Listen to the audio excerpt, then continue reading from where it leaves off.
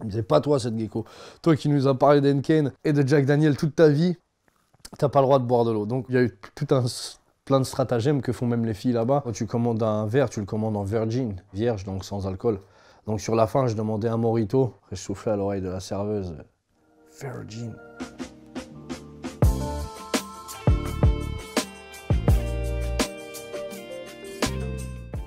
Que vois-je? Le guide Michelin de la Thaïlande. Bah ça me rappelle le petit buzz que j'avais fait quand j'avais fait le Set Gecko Bar et que des fois il y a des gens qui peuvent venir dans ton bar sans que tu saches c'est qui. Donc moi j'ai toujours bien reçu les gens. Il y a quelqu'un qui était venu du guide du routard et qui avait fait un petit report pour me placer dedans justement et puis j'ai découvert son appréciation. Donc c'était cool parce qu'il dit ouais les cocktails sont pas chers, l'accueil est mortel et tout donc ça a laissé transparaître vraiment l'accueil que j'ai toujours fait aux gens. Cette gecko au bar, 29 rue Bengla. Si t'es un loupard, Benga. J'aime trop les femmes, j'aime trop la sape. Tu veux du taf, passe-moi ton number de toi la sape. Tu pensais toi à l'époque, quand t'es parti t'installer là-bas, que quelques années plus tard, dès qu'on parlerait de Thaïlande et de rap, il y a cette gecko qui vient avec quoi. Je me suis battu pour ça. Tu sais, je bouscule le destin.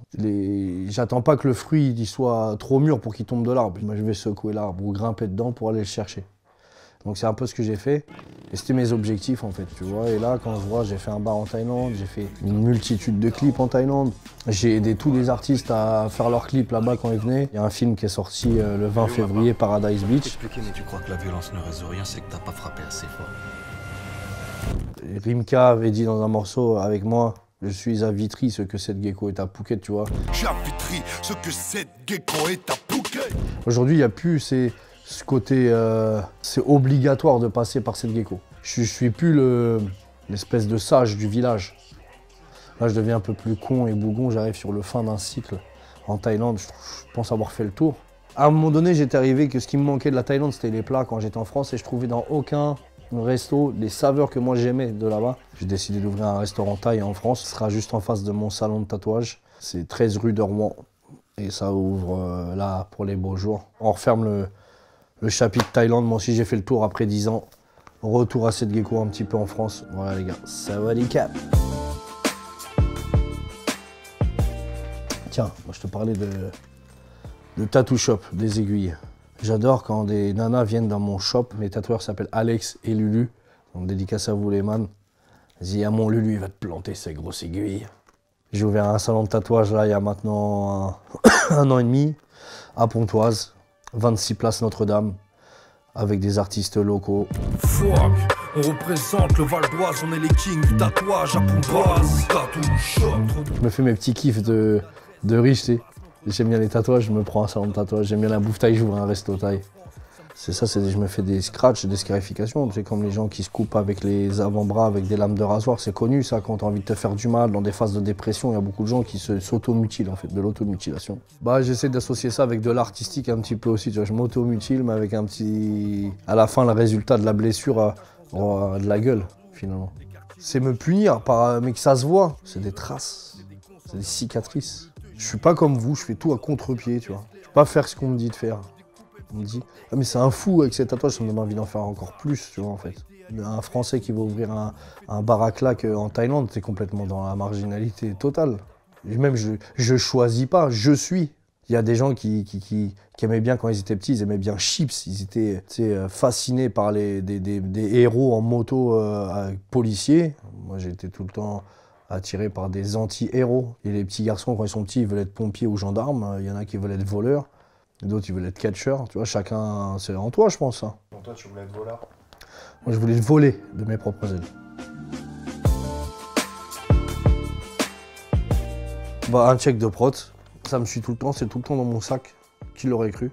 C'est devenu de mon mode de vie, tu vois. J'ai trouvé refuge dans le sport, en fait. Ce qui m'a permis de passer de l'alcool tous les soirs au sport, c'était une nouvelle forme d'addiction que tu peux avoir avec le sport, en fait. C'est comme une drogue. C'est bien, tu te sens mieux, en fait, quand tu es en adéquation avec ton corps. C'est quoi un petit régime Si vous mangez du pain, arrêtez le pain à farine blanche. Il faut prendre des pains de mie au blé complet ou aux céréales. Vraiment changer dans votre alimentation, ça c'est important. Ça évite de manger trop de gluten, etc. Important de remplacer ses pâtes par des pâtes au blé complet. et s'habituer aux légumes. C'est des antioxydants, c'est super bon pour le corps. Voilà, arrêter les sodas, c'est trop de sucre. De se mettre à l'eau, donc c'est dur hein, quand même, ça a été un gros combat. C'est dur parce que regardez, je vis dans une dualité, c'est pour ça qu'il y a le décapsuleur. Parce que même si je m'explose la margoulette au sport avec des checks de protéines tout le temps, voilà, tu vois, par exemple hier, pourtant il est tôt, si ça se voit pas j'espère, j'ai pris une grosse murge hier soir. Il faut savoir qu'une bière, c'est 7 tranches de pain de mie quand même. Donc je suis dans le faux total. Hein. Donc voilà, c'est encore mon dernier bras de fer que je fais avec moi-même. Et pour terminer, bah, j'ai toujours une paire de lunettes. Moi, en fait, je suis un grand collectionneur de lunettes. Ça, très peu de gens le savent. Les gens mettent des lunettes tout le temps dans les clips et tout. Moi, je suis vraiment un passionné. Ça, c'est des paires que je traîne depuis 15 ans dans ma collection. C'est des paires vintage. J'en ai une niche sur, même en France, j'ai envie de te dire, de collectionneurs. Alors, comme des petits vieux, on se fait des réunions entre nous, comme les réunions Tupperware ou les réunions sextoy que font les gonzesses.